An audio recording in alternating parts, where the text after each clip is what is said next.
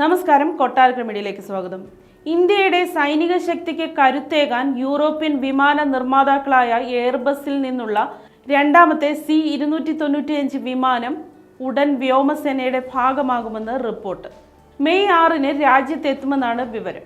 വ്യോമസേനയെ നവീകരിക്കുന്നതിന്റെ ഭാഗമായാണ് രണ്ടാം C-295 വിമാനം ഭാരതത്തിലെത്തുന്നത്.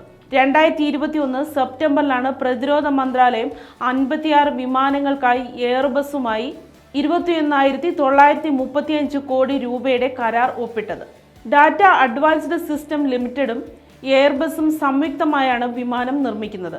16 വിമാനങ്ങൾ സ്പെയിനിലും ബാക്കിയുള്ളവ ഗുജറാത്തിലെ വഡോദര നഗരത്തിലെ ടാറ്റയുടെ പ്രതിരോധ നിർമ്മാണ വിഭാഗമായ ടാറ്റ അഡ്വാൻസ്ഡ് സിസ്റ്റംസ് രാജ്യത്ത് നിർമ്മിക്കും.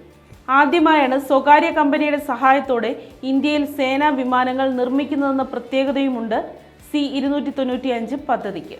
4 എഞ്ചിനുള്ള ടർബോ പ്രോപ്പ് വിമാനമാണ് എയർബസിന്റെ C-295 ട്രാൻസ്പോർട്ട് വിമാനം. 5 മുതൽ 10 ടൺ വരെ ഭാരം വഹിക്കാൻ ശേഷിയുള്ള വിമാനത്തിൽ 45 പാരാട്രൂപ്പേഴ്സിനോ 70 യാത്രക്കാർക്കോ യാത്ര ചെയ്യാൻ സാധിക്കും.